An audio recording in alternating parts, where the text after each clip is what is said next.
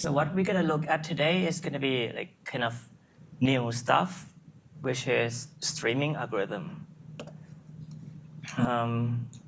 It's relatively new, like something like 20 years old only, not very old like anything we have seen before. And it's become very influential, and people use it a lot now. So let me talk about the model. Like, just imagine that you have a router that processes a stream of IP address or something.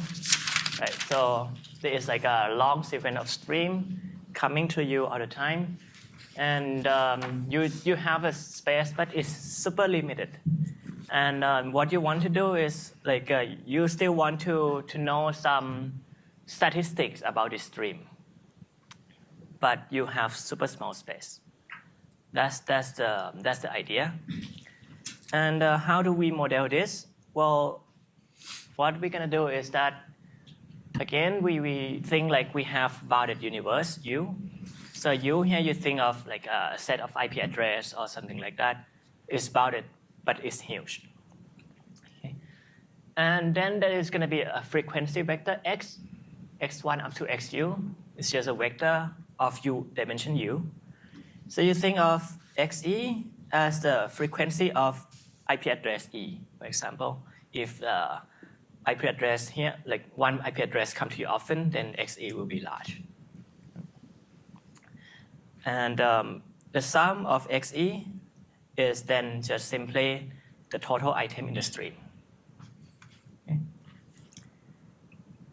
So now we will allow some update. That is, if you have update e delta, then what I do is just have xe increment by delta. And here delta can be negative actually, but normally you think of delta as 1, just increase it by 1. But we just try to be more general. Okay. So for example, if IP address e occur in the stream, you just increase this by 1. But you are also allowed deletion, like you allowed it -1 or even -10 or anything. But -1 would look like you kind of delete this IP from the stream, something like that. Now the possible question can be like, you query E, you want to know what is the frequency of E. Or like you want to know distinct elements, that is the number of non-zero entries in X. Okay. So now that this is different from the sum of XE, right? You just want to count number of non-zero entries in X. And many kind of possible questions you can ask, but it's always there is a trivial solution, that is you just store the whole X, the whole vector in an array of size U. That takes space U, and that's never like acceptable in this setting. So the overall goal is just to return some query about X, but use space much less than U. We want it actually to be like even independent from U. That's the goal. So that's the overall goal, and let's look at the first problem we're gonna look at. So this is called frequency queries problem, which is like you want to know xe basically given e. But I will relax the problem like this. So given x, where x can be updated all the time, right? Now if you want to query e, what I will return is just the estimate of xe tilde. And so this one, xe tilde, should be our estimate of xe, but it shouldn't be too big compared to xe. By how much? Xe tilde should be at most xe plus epsilon sum, like a total size of x. So like this total size of x is just a sum of xe here. So I allow this approximation, and I will also allow like that this thing, I just need this inequalities to hold with probability at least 1 minus delta. So I relax the problem in 2 ways, right? I allow approximation, and I also allow some error with low probability. Okay, so that's the problem we wanted to do. Any question about this? Okay, so what we're going to look at is an algorithm called CountMin. It's by Komod and Muthukrishnan not long ago, like 20 years ago. And interestingly, this algorithm will use only this space, 1 over epsilon times log of 1 over delta. So that's constant, right? If you think of epsilon and delta as a constant. But the important thing is that it's just independent from you. It doesn't matter how big your universe is at all.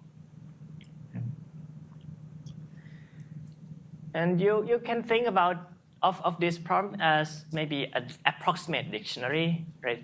Because you can think of X as your database, right? If you add some element, then XE will be like a more than 0, right? XE kind of like it's just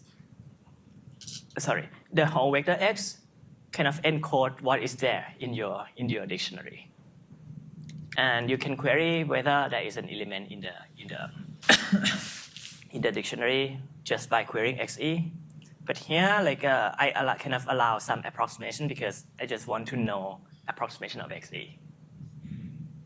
So we have seen a bunch of ways to implement dictionary, like a binary search tree, hash function that takes linear space. Here we say that we just want some kind of approximate dictionary, but the space now is constant, super small space. Okay.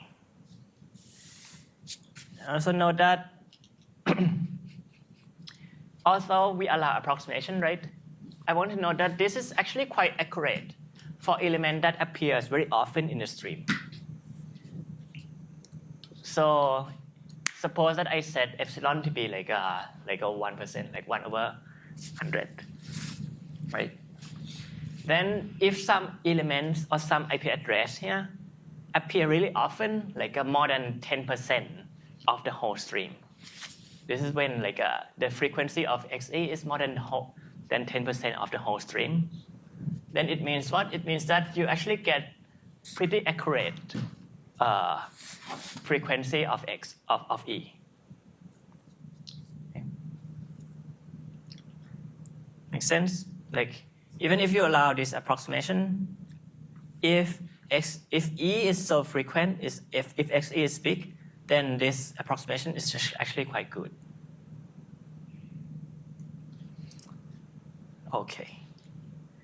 So now before I tell you how to solve this algorithm, how to solve this problem, let me try to convince you first that approximation is actually needed.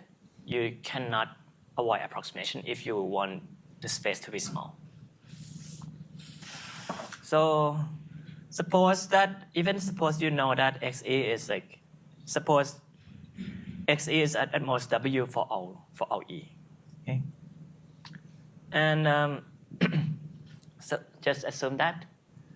And now maybe let's say that given X, suppose that Sk of X, so the sketch of X is a content that you store in your space, given this vector X. Right?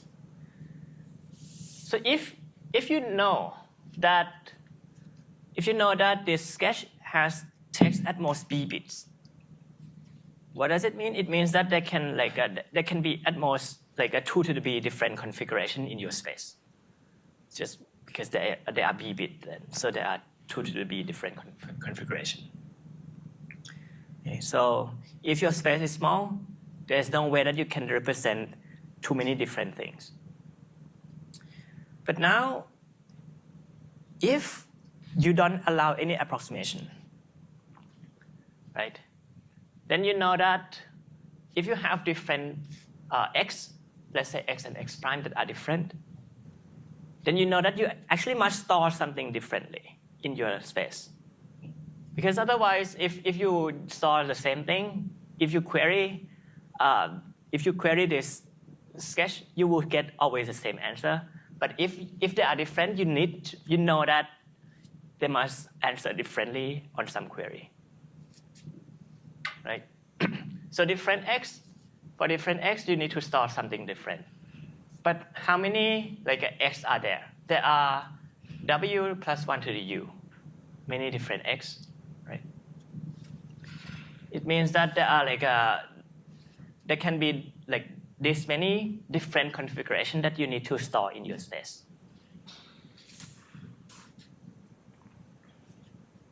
Okay. So what can we conclude from here? It means that you know that 2 to the b, which is the upper bound of different configuration that you can store, need to be at least this big. Because each of this is just a differential of x. Each of them must have different configuration, but you can store at most this many different configurations. Which means that b is at least this much. And so the space that you need is at least something like u log w. But you see that this is just as big as storing the whole x in the array. So it's just as trivial as storing the whole x. Sorry, I don't think I really understand what exactly the sketch is. It's just like the space, like whatever you store in your space. Okay. Okay, so I guess is it like a different representation of the number in a condensed format or Yeah. So you have x, and somehow let's say this is your storage. You just kind of you store this thing, and this takes just at most b bits. That's what you have. You have x is huge, but you somehow store it into the sketch of size at most b. And so since each of those b bits can be a 0 or 1, we need to have a memory of at least 2 to the b bits. Yeah, each of these can be at 0 or 1. So how many different ways to store things in the b bit is just 2 to the b. Yeah. Okay. So that's the upper bound of different things you can store using b bits. Yeah. But you know that there are this many different things you need to store. So to the b must be at least this. And what is w here? W is the upper bound of x. Okay. So x lives in this space. Yeah, more question? Is W a bound for one particular element or the entire cardinality of the vector x? Or does it not matter? Doesn't matter too much, but let's say that x is, W is the bound of every element E. At all time, even. Yeah. Means it's as big as storing the whole x in the array. Does the whole x here mean the whole vector space? Yeah, to store the whole x, which is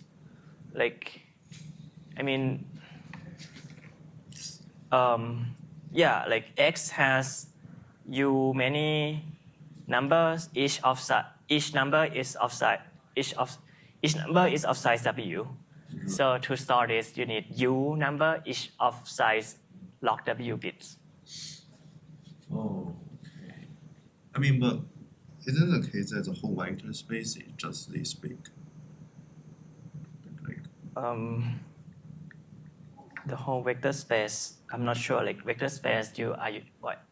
The x, how many combination of vectors? The number of possible x is this thing, Mm-hmm. but to store it, you need log of that thing. Oh, okay. Okay, right. Yeah. operation. All right.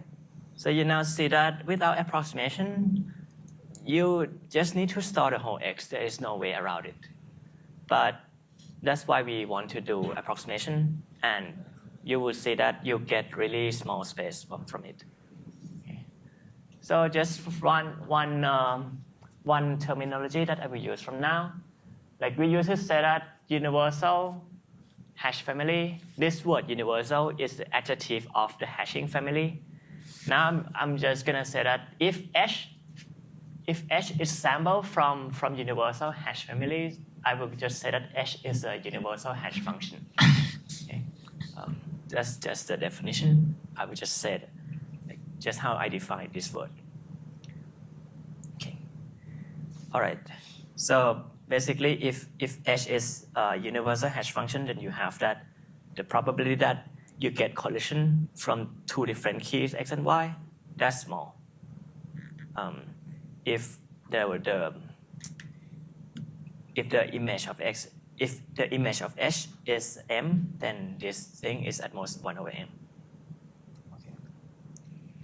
Okay, now let me describe the algorithm.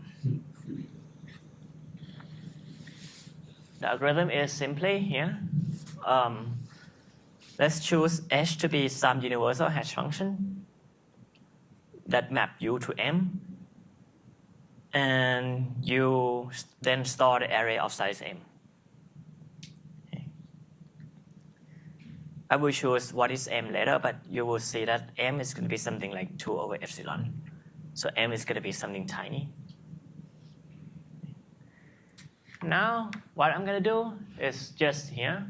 Whenever I update XE by delta, what I'm going to do is just look at the array at position H of E and update that position of A accordingly. Okay. So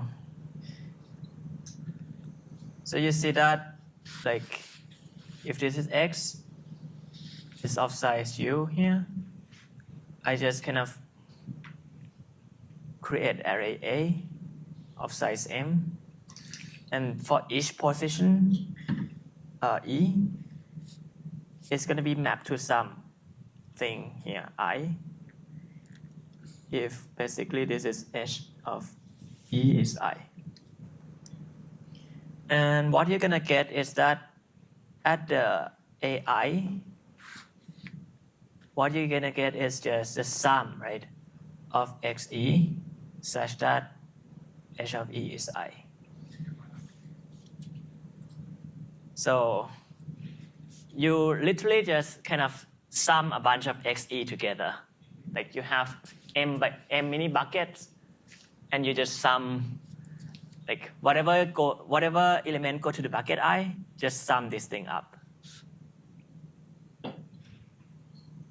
Okay. Looks simple. And how to query E? If H of E is I just return AI. So it just return A of HE. Okay. So it's super simple, but let's get some intuition why this simple trick looks good at all, right? So it's really just a bunch of bucket, but the way I choose how to go from, like, how to create a bucket is to use universal hash function. So now the intuition why it should work is this. So if you look at the element E, and suppose that there is no collision, that is, there is no E prime that map to the same place as E, then you know that this place is going to be exactly HE. Nothing else mapped to you, collide with you. But now, because we use universal hash function, right? This is exactly what we want. The universal hash function has small collision property. So that's why we hope that what we store will not be too big compared to XE. Okay. So now, does it make sense? Like intuitively, looks. Okay. So now let's just analyze it. So I think we have seen this kind of analysis again and again, and we're gonna do it again. So let's say that here, I of this is just an indicator that this event happened. That is, E prime and E collide. So you can see that the value of A of HE is just to sum over all elements, right?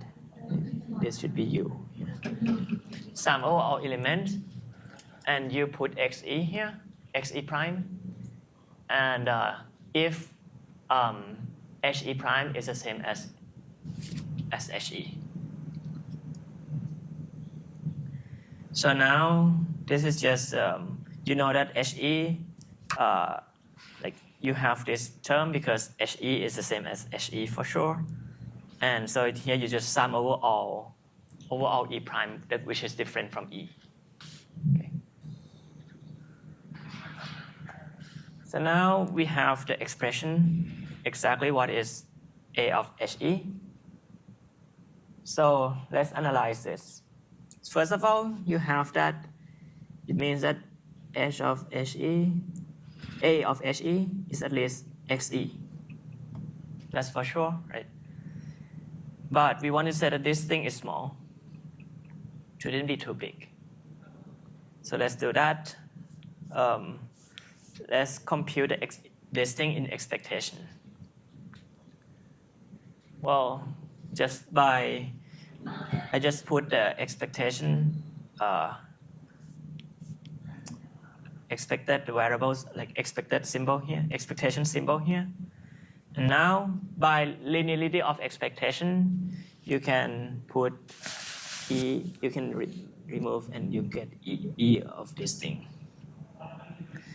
But this E of the indicator is just the probability of this event.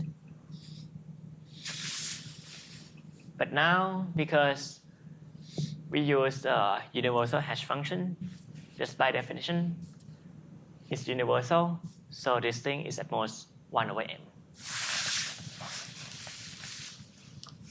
So you get this, and which is just xe plus the sum of like total size of x over m. Okay, so that's what we have. Xe is at most this thing, and in expectation, this thing is at most xe plus total size of x over m. So if I just choose m to be 1 over to be 2 over epsilon, then now at least things looks good in expectation. Okay. And we can even say that actually with probability, like it should be the case that this thing is at most xe plus epsilon times total size of x with probability at least 1 over 2. So not just in expectation, but this thing is true with probability at least 1/2. So why is that? Well, you can just use Markov again, right? So if this is not true, it means what? It means that this thing minus xd is at least epsilon times total size of x. But now we're going to use Markov. So note that first, this random variable, right, is non-negative. That's why we can use Markov. And what is expectation of this thing? Just from here. The expectation of this thing is epsilon over 2 total size of x. So now, I just asked, what is the probability that this guy have size twice its expectation? So that's at most 1/2. Question up to this point?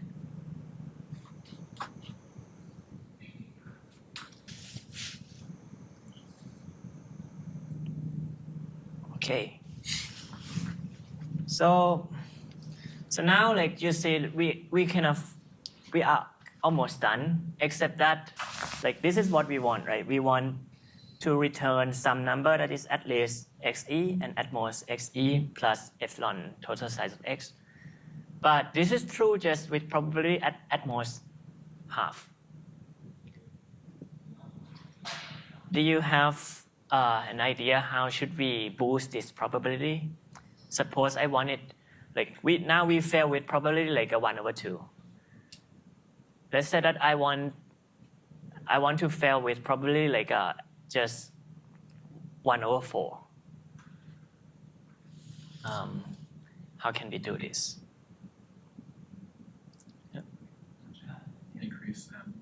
Increase m, that will work. Just increase m by like a factor of 2. You will be able to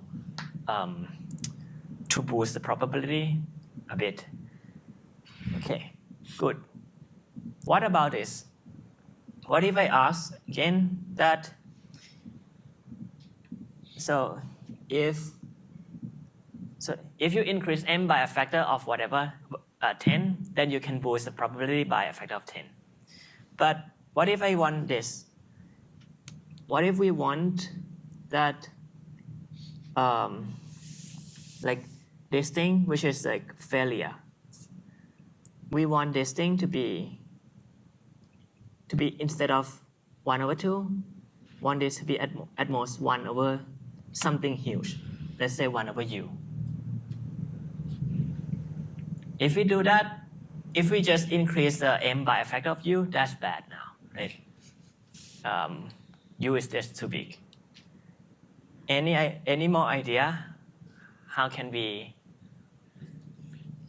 boost the probability?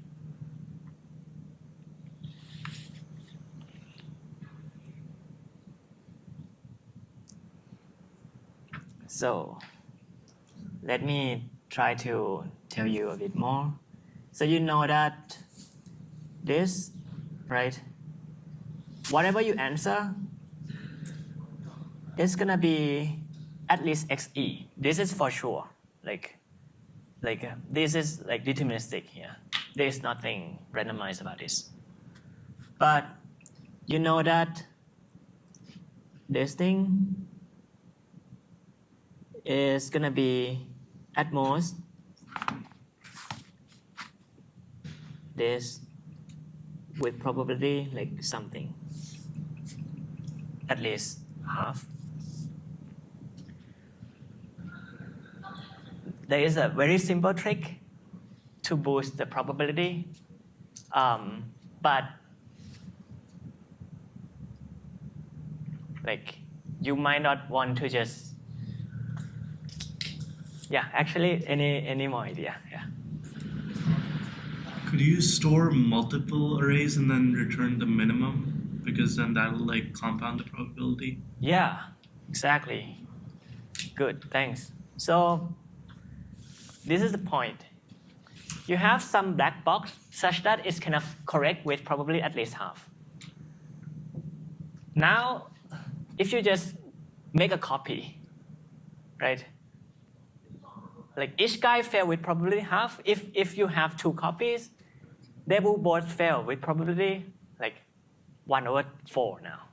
If you have k copies, now they will fail with probability like a 1/2 to the k. So just make copies.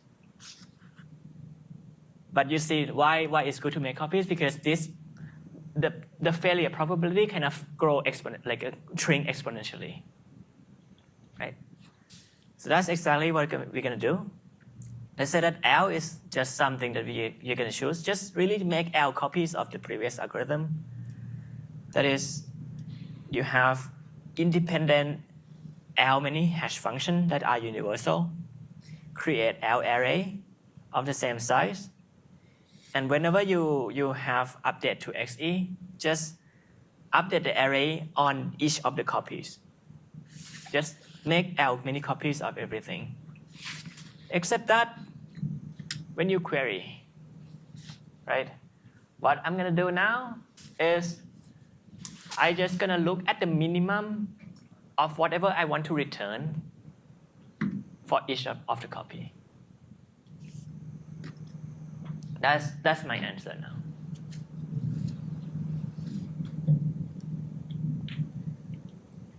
Question about the algorithm before finishing the analysis.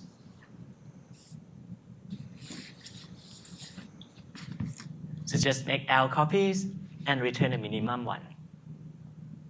Okay. So why this is good? Well, we have that. Let's analyze the failure probability, right? If whatever you return here, which is the minimum of L many guys, is more than this thing, it means that for every copy k, this thing is too big. So every k, this thing is too big. But each of these copy are totally independent. So there are L many copies, so you can just put this thing to the L. And each of these events, we see that it's just 1/2. So that's now the probability of failure is just 1/2 to the L. So if you now choose L to be like, let's say log of 1/delta, you get this to be delta. So that's it. We get that whatever you return is going to be accurate by this much. This is no one here, with probably like a 1/delta. Okay. So, and you see that the space is really small. You have L many arrays. Each of the array takes M, size M. So the total space that you put into array, let's say is S. S is M times L. There is no big O here even. And M is 2/epsilon. L is like log of 1/delta. So you get that this is the numbers that you store. And also you use L many hash function. So note that if you actually use like an ideal hash function, the space wouldn't be small. But here we actually use just universal hash function. So each of them takes just like it takes like one number to store. We saw the construction. So there are L of them, so that takes like L numbers. So in total, that's like this times this plus this is just this many numbers that you store. Okay. So that's count min. Question about this?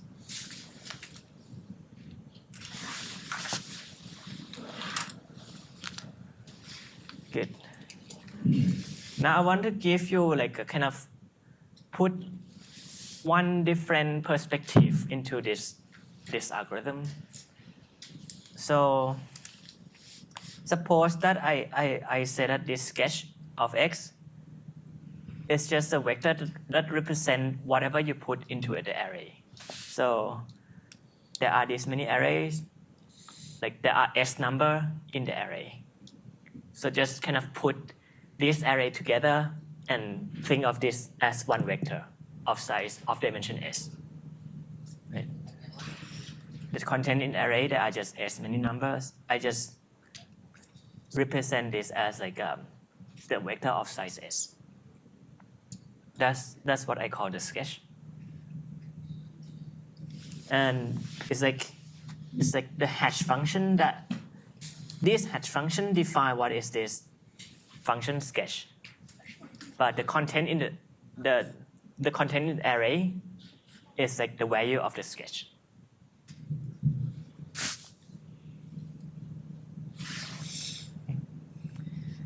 So now important observation is this.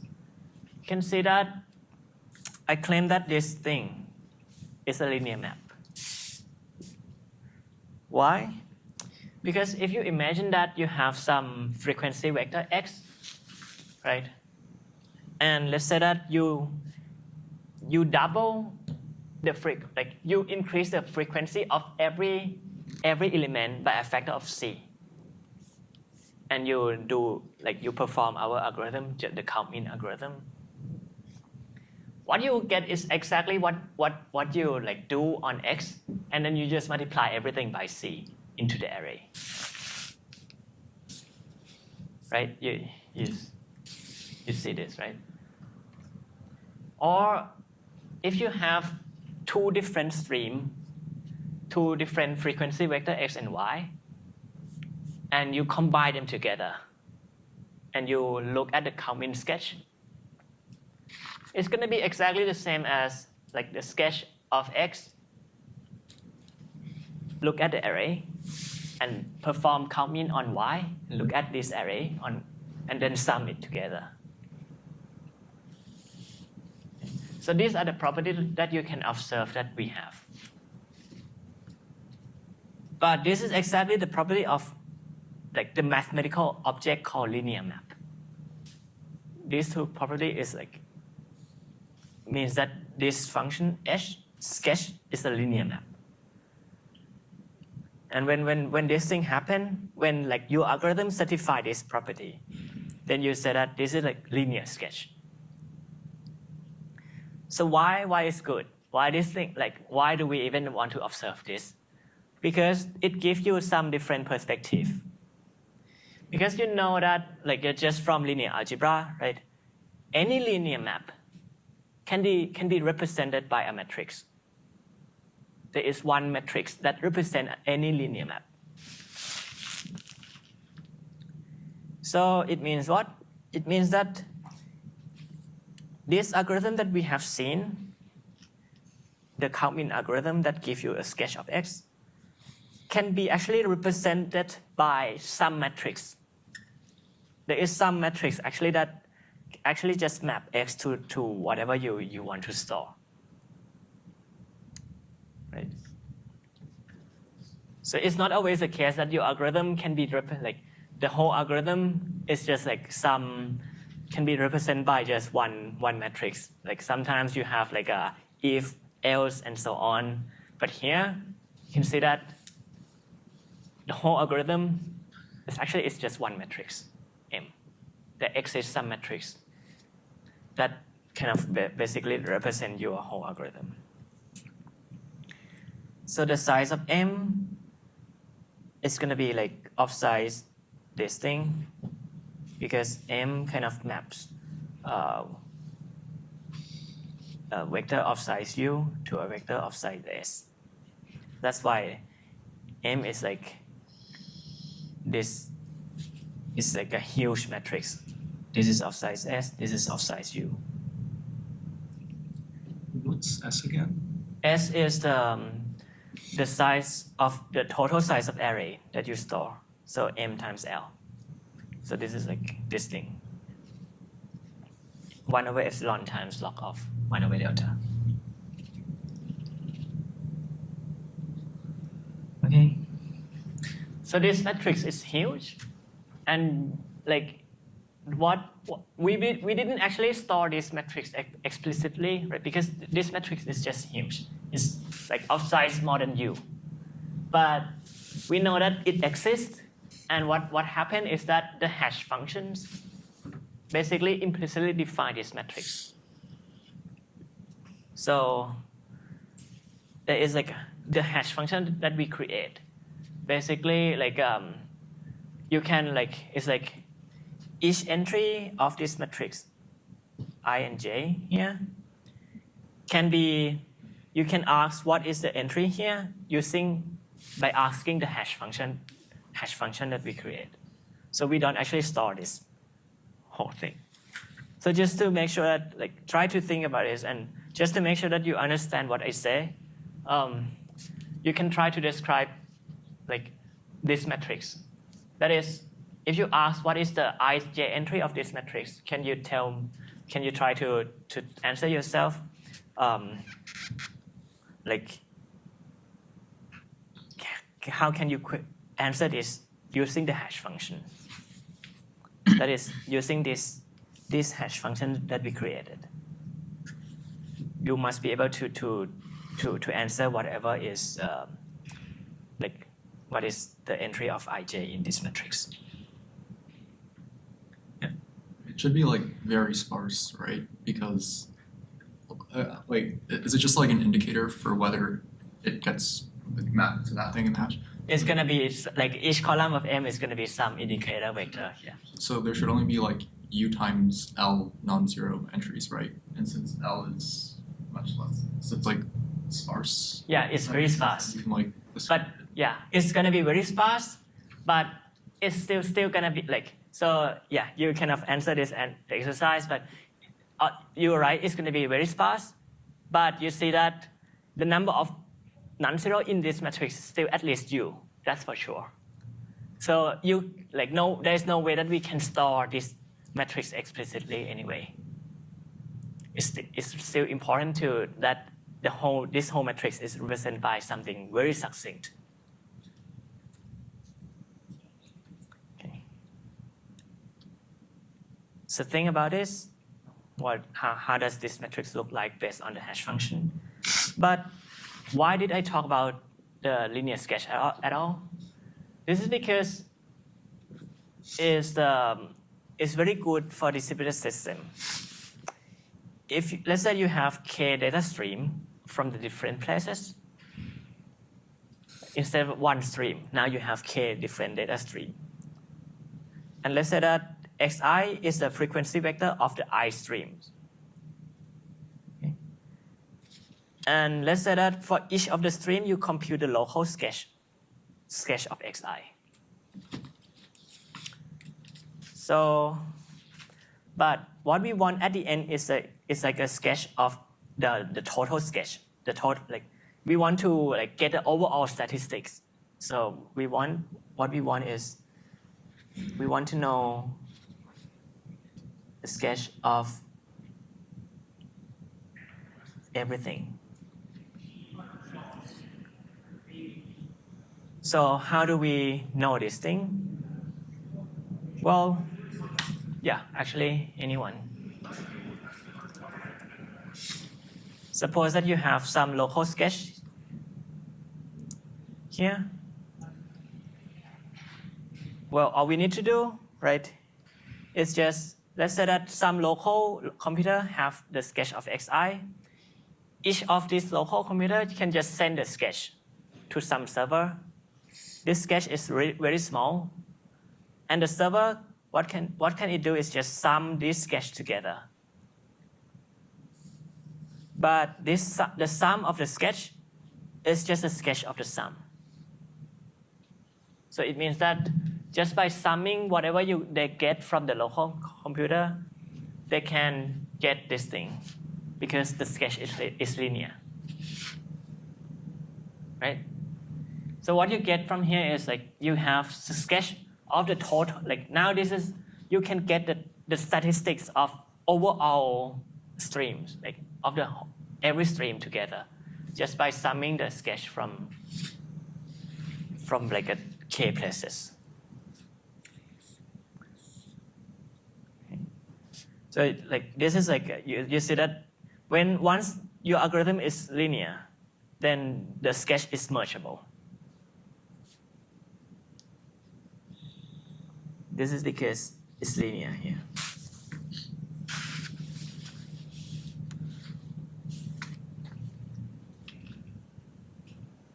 One important thing though is that each of the local computer that you compute the sketch must use the same hash function, right? Otherwise, the sketch function here is not even the same function. You must use the same hash function to define each of the sketch.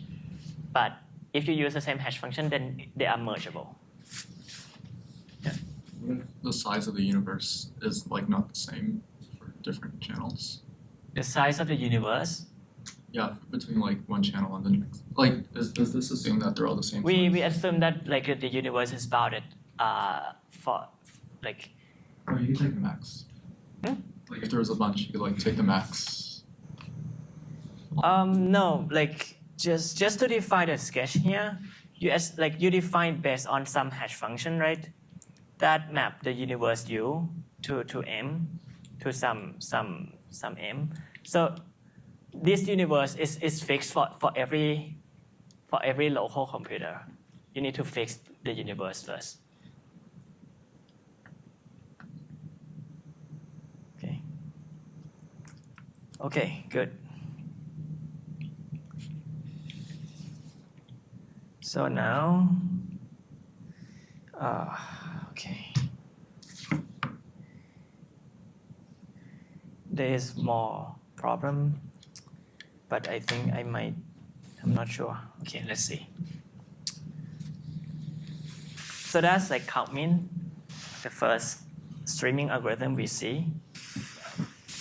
There are more problems that I want to look at. So let me ask you some, let me give you some example. So let's consider like the problem that we can look at next is called sparse recovery. And the setting, like this game is gonna be motivating for this problem. So the game is that, let's say that I have a fruit basket. It's initially empty. And then I will add or remove a fruit of some types. Like let's say there are 5 types in each round. And at the end, there's gonna be, I promised you, there's gonna be only one kind of fruit left. Okay.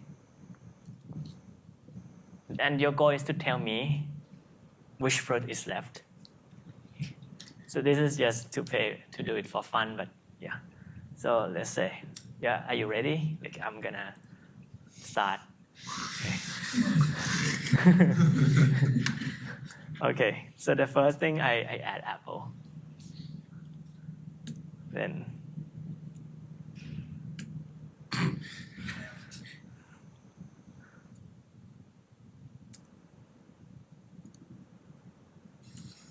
Too fast.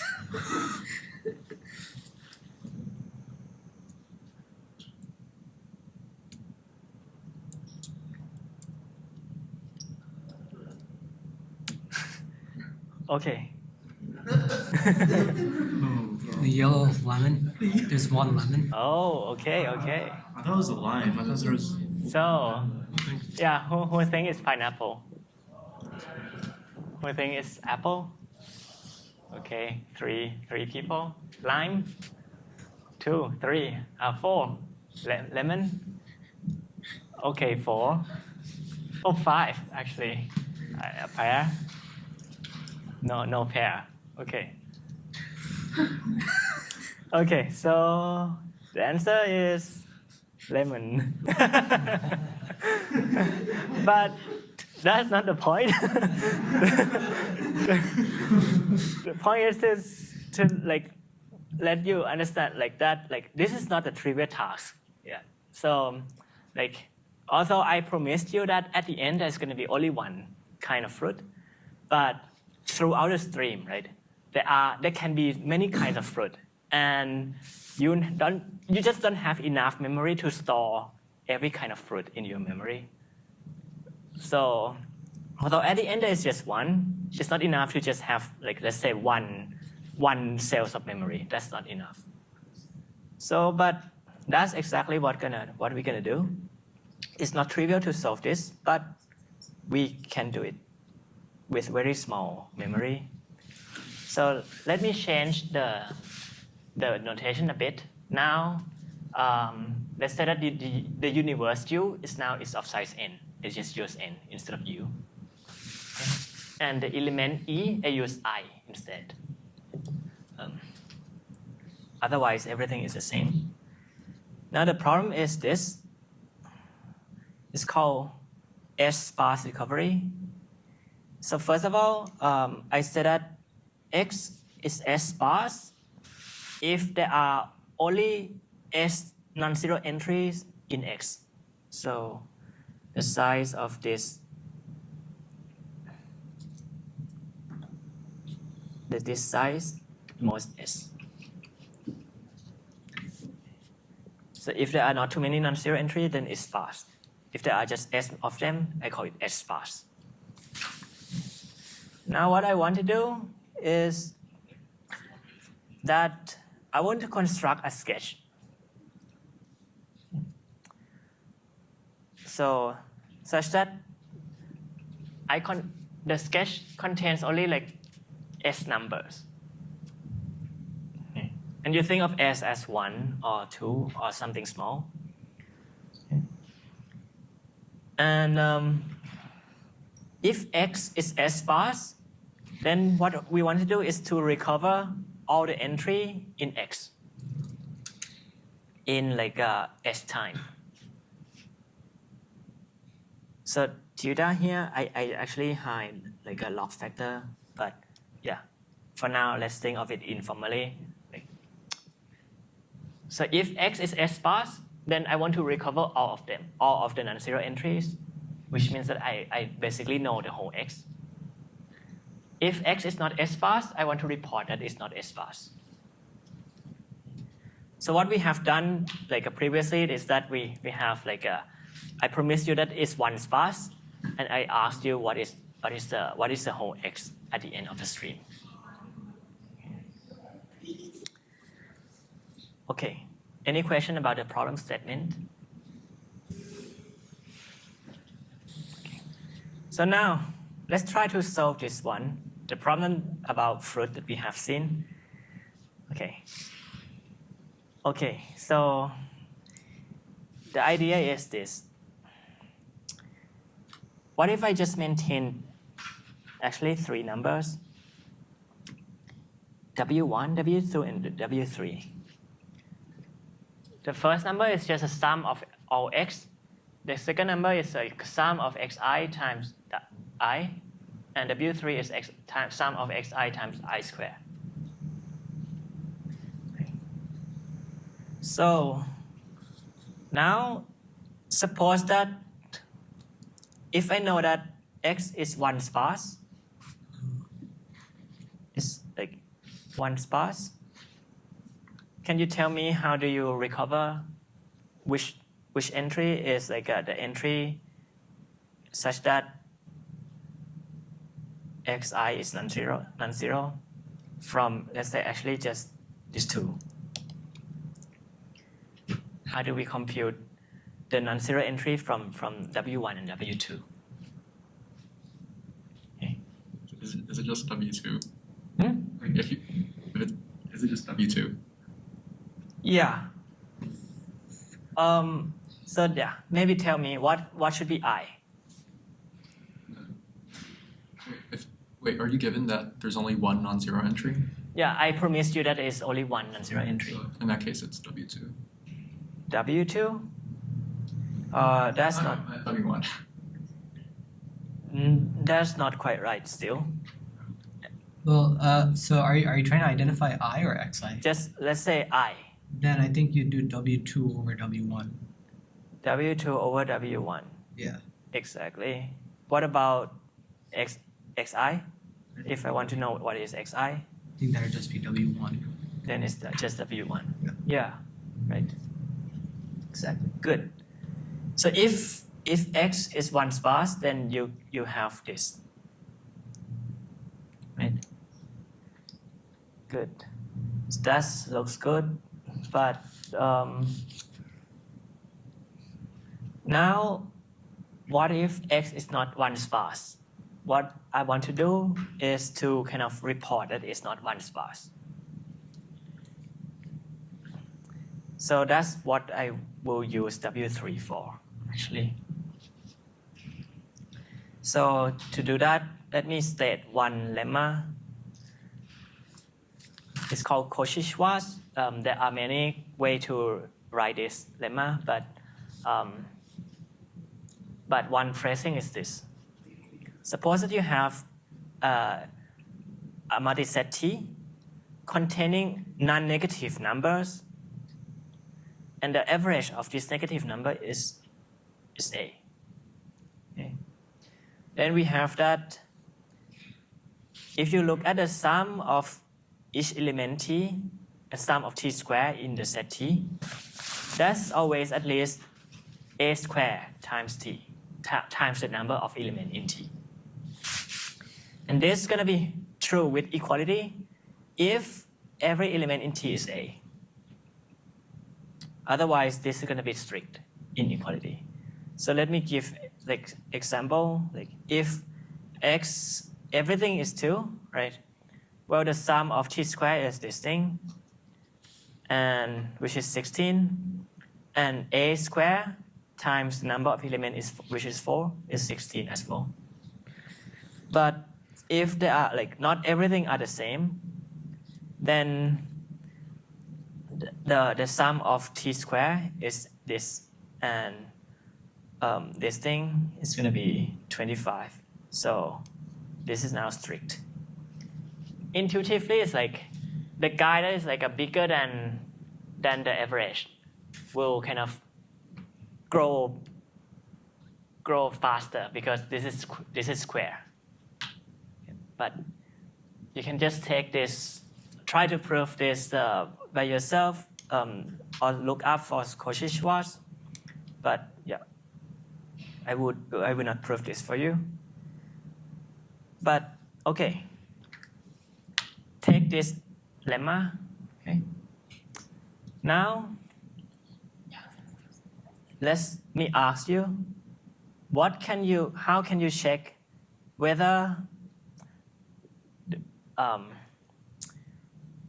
the vector x is one sparse using W3?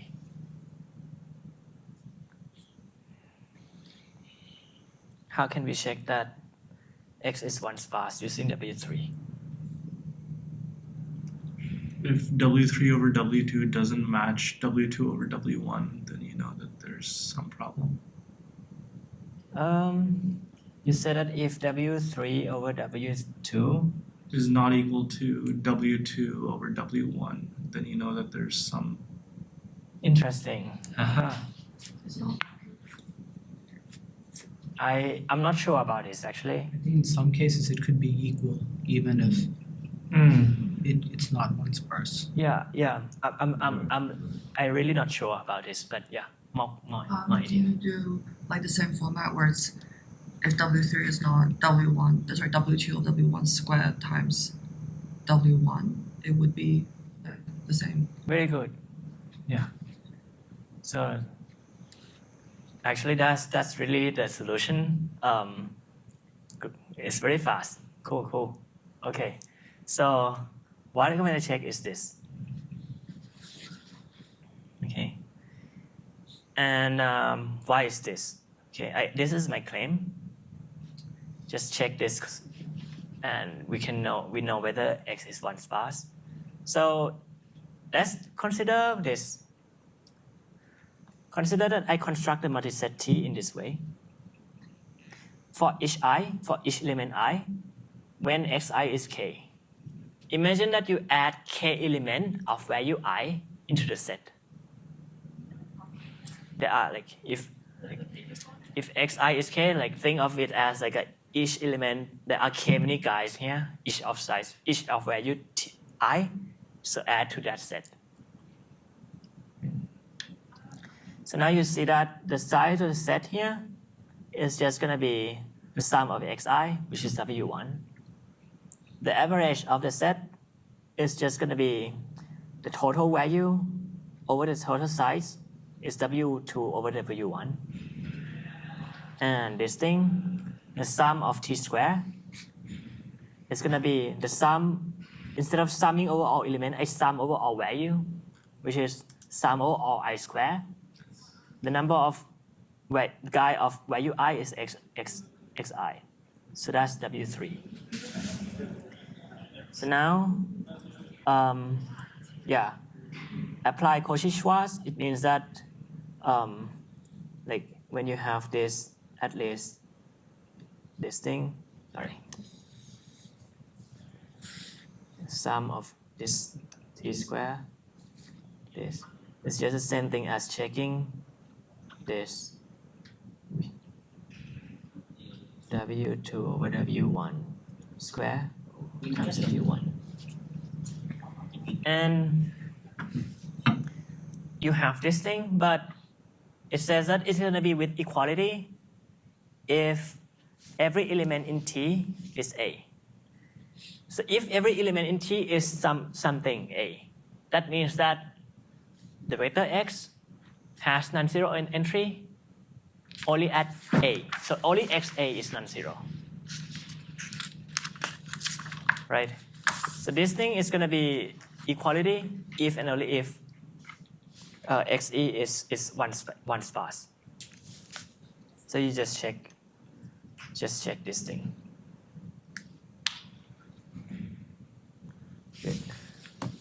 So that gives you a simple algorithm for the question that we have seen, like how to solve the fruit thing. You maintain W1, W2, and W3. When you update I with delta, just update the W1 by plus delta, W2 by plus delta I, W3 by delta I square. That's the way to update. And to query, just check first that it's one sparse. If so, then you can return. This is going to be like I and xi, which is non-zero. And if this is not the case, then just report that it's not one sparse. All right. I just want to point out that I actually think that's like the same as what you said. Yeah, it is. I did the algebra. Like simplifies down to the same thing. W3 over W2 equals W2. Oh. Yeah. I see. Yo, yeah, yes. You're right. Yeah. Good. Yes. Thanks. Yeah. Okay. So now, let's see how to do it. Not just one, but S. Okay. So we know how to solve it for one. Now the high level is to try to use the solution for one to solve it for S. The idea is this. What if I have a stream, right? There are n kind of elements. But so suppose first that the stream is S sparse. Okay. So there are only S guy in the stream. But what if I kind of partition the elements randomly into like 100S streams or 100S buckets? Partition the element randomly into buckets. There are this many buckets. So now each of the stream or bucket should be one sparse now. And now if each of them should be one sparse, now you can kind of recover each of them in parallel because we know how to do it for one sparse. That's just a high-level idea. Let's see how to do what I mean by this. So let me start with like a kind of almost good algorithm. I call it for each algorithm. It's not a final one yet, but let's see. I start by like a sample a universal hash function h that map n to k. K is 100s. So this h is kind of the guy that partition n elements into k buckets. Right. Now for each bucket, for each bucket b, right? I just let x be the frequency vector of element in bucket B. Okay. So this is just, bucket B is just every element that like a H map to B. I have a frequency vector for each of this bucket. And I just run one sparse recovery on XB in parallel for all buckets. So that's the algorithm. So let's try to analyze this. If let's say that S correct is just the thing that we want to return, just all elements that is non-zero. We want to identify all of them. This is the goal to do. So now, if for each of the guy that we want to like focus on one element that we want to return, like the non-zero guy.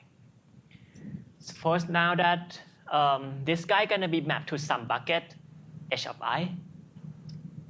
If in this stream, there's some other guy that mapped to the same bucket, then this is not one sparse. If it's not one sparse, then okay, the one sparse recovery algorithm will report that okay, this is not one sparse. You would fail. But you see that if this guy is one sparse, no other element j map to the same bucket. So this guy is one sparse. Then we can recover I and xi just by using one sparse recovery.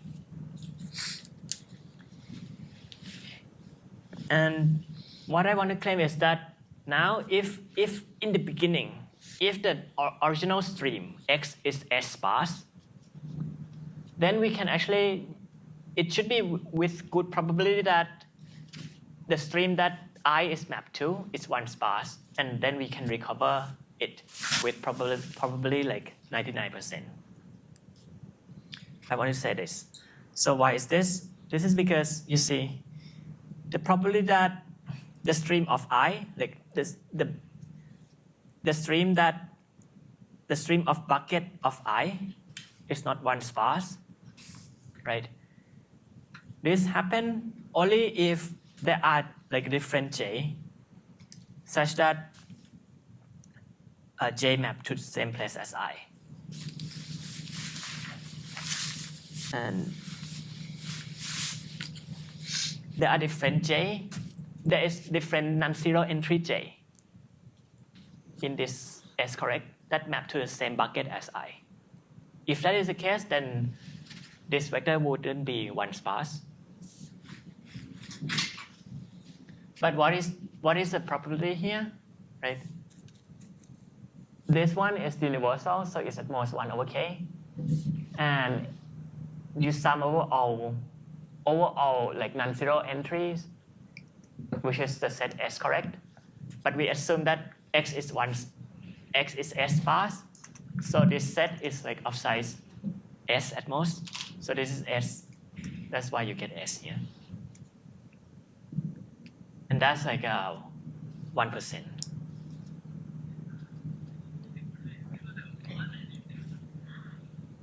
So now you have that. What do you have? You have that if the vector is S sparse, then for any I in that we want to report, you will be able to report it with probability 99%, because it should be mapped uniquely into one bucket with 99%. But we are not done for two reasons. First, we just said that if x is S sparse, then we just said that each non-zero entry is going to be reported with 99%. But what we want to say is all, not just for each. We want to say that for all non-zero entries, we want to report all of them with high probability. Right? And also, what if x is not S sparse? We want to report that it's S sparse. Okay. So, what if I want to report all non-zero entries? So suppose that x is S sparse, right? And I want to report all of them. One way to do is just to let k be bigger. Like this is an inefficient algorithm that takes like this space. But let's say this first. If I just take k to be big enough, instead of 100k s, right? Let's say k is the number of buckets. It's like s squared over delta instead. Then the probability that each element is not one sparse, like each element, the bucket of each element is not one sparse, is this one, the thing that we have seen. But now k is big, so it's like delta over S. So now by union bound overall, if we want to bound this thing, the probability that there exists an element in the set S, correct, such that this is not one sparse, just do union bound, right? And that's gonna give you this thing times S. So that's delta. So now we can recover all elements with probability 1 minus delta, but the space is big, not good.